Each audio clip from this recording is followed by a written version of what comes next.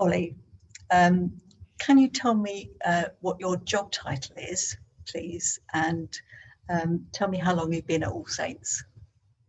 I am the senior respiratory pharmacist, and I have been All Saints for coming up for 20 years.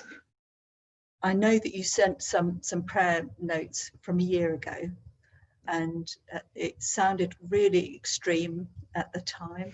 What are the differences between that first wave and what you're facing now? The challenges that we're facing now, the first wave looks like it was an easy ride.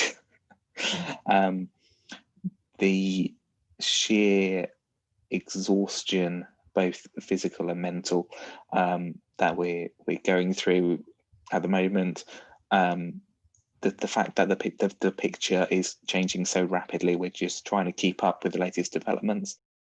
In terms of the quantity, we are looking after a lot more patients who are a lot sicker than they were in the first wave.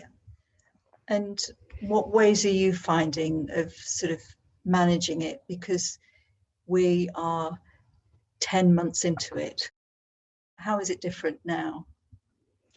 I think one of the things that has come out of the period of the coronavirus is actually the whole team feels like a family. As part of that, people are much more open to talking and sharing their experiences. The situations and the stories that you see and you hear about are harrowing. But actually having that sort of extended family of people who have been through the same things that you have really makes a huge difference. I think also for me personally, being able to take time to take 20 minutes, half an hour of a day and just have some quiet time just away from everything, to take the opportunity to spend time with God and also just to have a bit of alone time.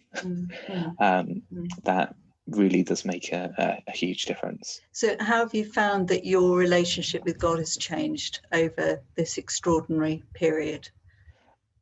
I found that I've been able to rely much more on God, and there are certainly times I know I wouldn't have got through things without him. That at the same time, there are times when you feel much more connected to some of the psalmists.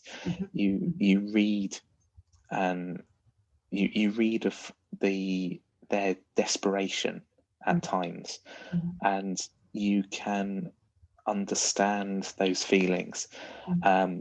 One of the things I read recently was Psalm 121, which begins with, "I lift my eyes to the hills. From where does my help come from?" And sometimes in this pandemic, we've had those moments of where is God? Where is the help? And yet you move on to just the next verse and you have your answer. My help comes from the Lord who made heaven and earth. So that even through the challenges, through the hardest of times, you know he's there and he's with you every step of the way. So, Oli, how can we support you and pray for you? Prayers for energy, for stamina, for an ability to keep going. You know, we've done nearly a year of this. We don't know how long we're going to have to keep going. And that's bound to take its toll, physically, mentally, spiritually. I think also after this is all finished, there is going to be a major mental health issue for a lot of frontline healthcare workers. So I think prayers for people who are struggling at the moment with that, but also prayers that people, once they come through this, are able to process. They're able to take the time and have the right people around them to get through some of the struggles which will inevitably come. Thank you very much, Oli. It's been really, really helpful. Bless you.